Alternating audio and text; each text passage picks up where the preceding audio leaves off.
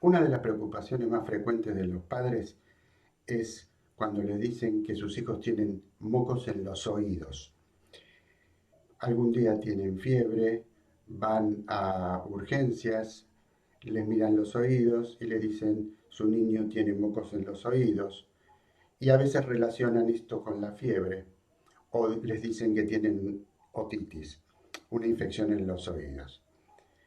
Esta consulta luego se repite con la preocupación de que los niños siguen teniendo mocos en los oídos. Todos los niños tienen mocos en los oídos. ¿Por qué? Porque los oídos son parte del sistema respiratorio. Entonces, como todo el sistema respiratorio tiene una mucosa que segrega moco para defenderse de las infecciones, de las agresiones. El oído medio es una caja cerrada que ventila a través de unos pequeños tubitos que se llaman trompas de Eustaquio y que es por donde tiene que entrar el aire para que el oído esté lleno de aire. Debe estar lleno de aire. Y para que el moco que segrega el propio oído desagote, drene a través de los tubos de Eustaquio hacia la nariz o hacia la garganta, que es por donde desagotan siempre los mocos.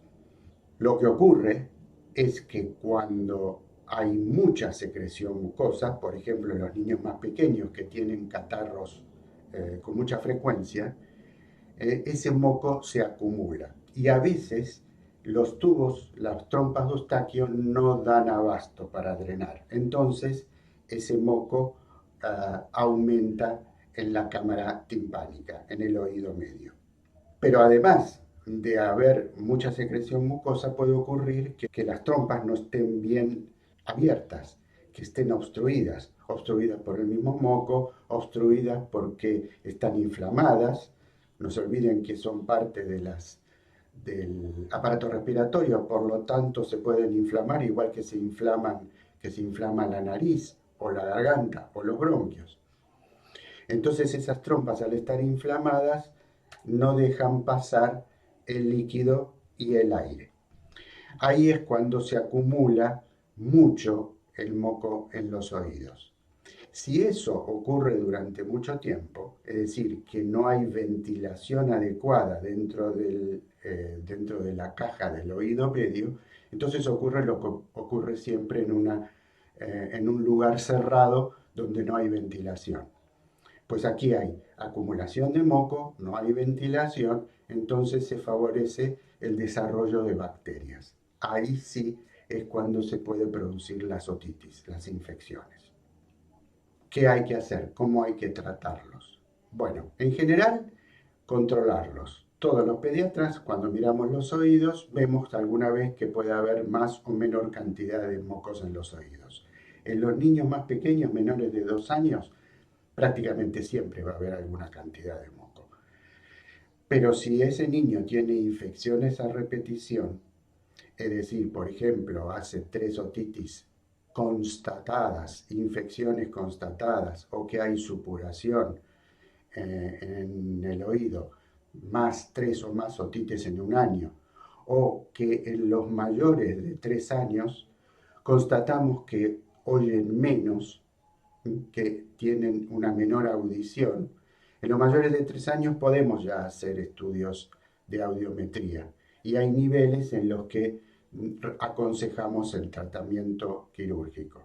En los mayores de 3 años sí nos guiamos por la menor audición.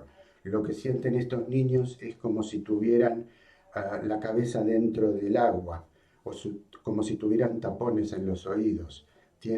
Reciben un sonido amortiguado. En los niños más pequeñitos, en los lactantes, este signo no lo tenemos, pero sí lo podemos ver a través de la otoscopía en los pediatras.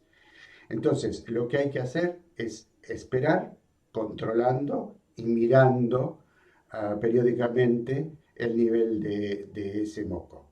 Si hay infecciones repetidas, si hay otitis constatadas con infección, porque no hay que recordar que no siempre que hay moco hay infección.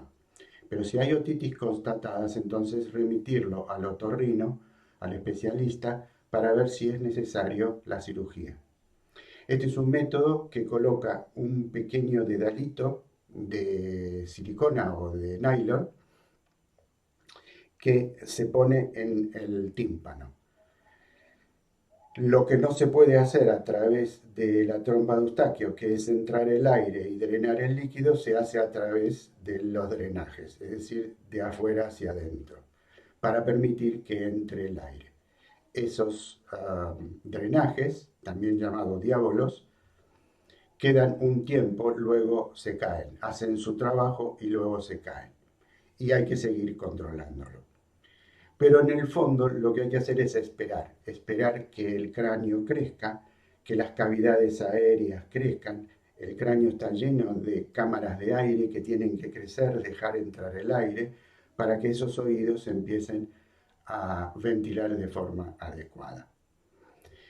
A veces lo que hacemos los pediatras para ganar tiempo es tratar la inflamación de las cavidades y eso lo hacemos a través de la nariz, colocando unas gotas o unos sprays que tienen vasoconstrictores y un poquito de corticoides para abrir las trompas y para ver si podemos hacer que entre mejor el aire y que drene el moco.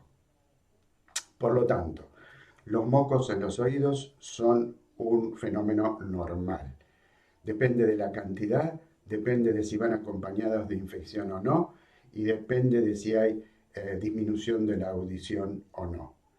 Pero no son una enfermedad en sí. Hay que controlarlos, hay que tratarlos cuando es necesario, y de esa manera, la mayoría de los casos, el tratamiento médico tiene éxito.